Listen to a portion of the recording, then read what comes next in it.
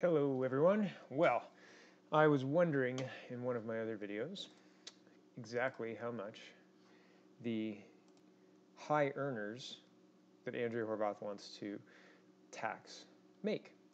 And I found out while I was looking through the rest of this platform document that it is in there. And I just want to look at that and go through that with you right now. Okay, so here it is on page 89 of the platform document. It's linked down in the description.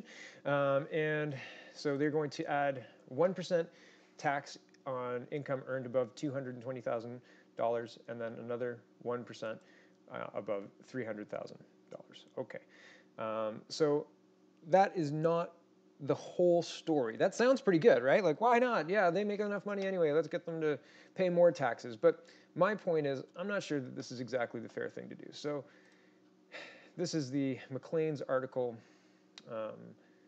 title, headline, why does Andrea Horvath want to eat the rich? Why does she want to keep taxing and taxing and taxing? Okay, Ontario's top 1% earns 12% of all income but pays 26.5% of all income tax. So that's a lot. That's a lot of income tax. That's pretty crazy. So in order to explain why this is potentially a bad idea, why taxing these people who are already paying quite a lot is a bad idea, here is the tax system explained in beer. Okay, ready, set, go. Explained in beer. Suppose that once a week, 10 men go out for beer, and the bill for the 10 comes to $100. If they paid their bill the way we pay our taxes, it would go something like this. The first 4 men, the poorest, would pay nothing.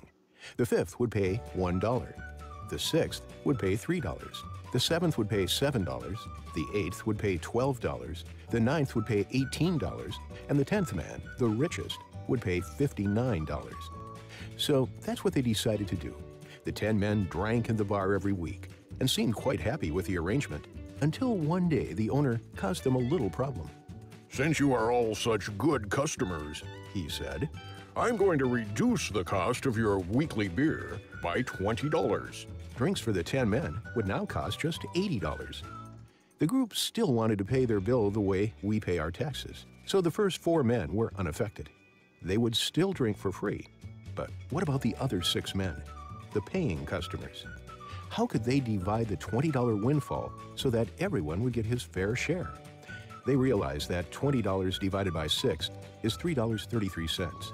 But if they subtracted that from everybody's share, then not only would the first 4 men still be drinking for free, but the 5th and 6th man would each end up being paid to drink his beer. So the bar owner suggested that it would be fairer to reduce each man's bill by a higher percentage. They decided to follow the principle of the tax system that they had been using, and he proceeded to work out the amounts he suggested that each should now pay.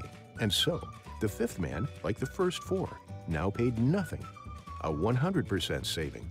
The 6th man now paid $2 instead of $3, a 33% saving. The 7th man now paid $5 instead of $7, a 28% saving. The 8th man now paid $9 instead of $12, a 25% saving. The 9th man now paid $14 instead of $18, a 22% saving. And the 10th man now paid $49 instead of $59, a 16% saving.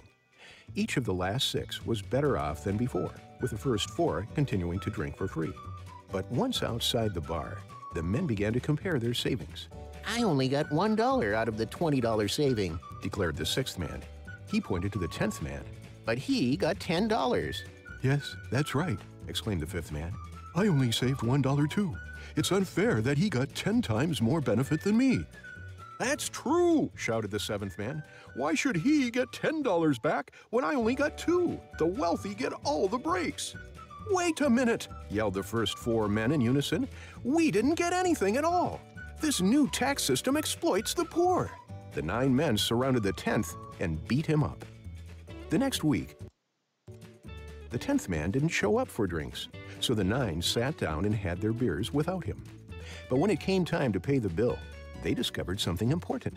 They didn't have enough money between all of them to pay for even half of the bill. And that, boys and girls, journalists and government ministers, is how our tax system works. Okay, so keeping that in mind, let's have a quick look through all of the system's changes.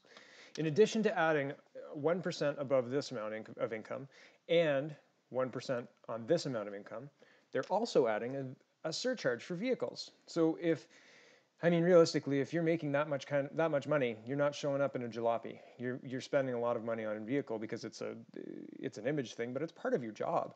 So is this a surcharge or a tax? Just a different word, I suppose. It's the same thing. But not only do you get to pay this new surcharge, you also get to pay the top rate for the Ontario Health Premium. So that's a nice little handshake for you.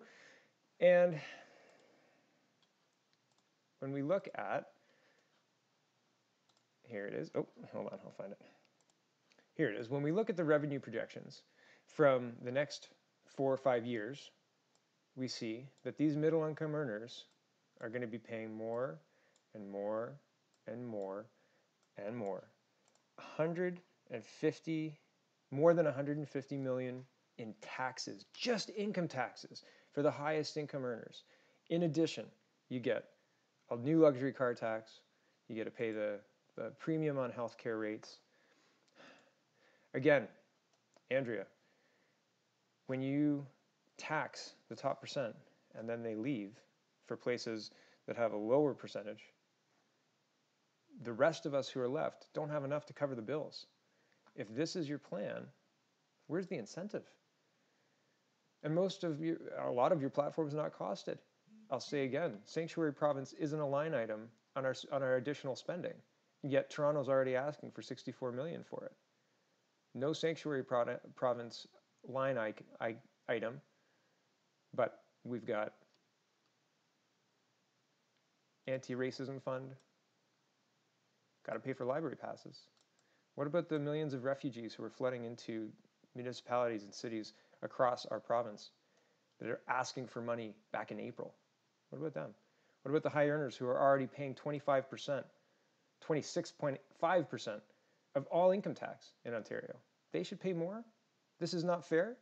I think they're paying just enough. I think maybe they're paying too much, Andrea. Time to vote. Get out to vote. June 7th. Let's go.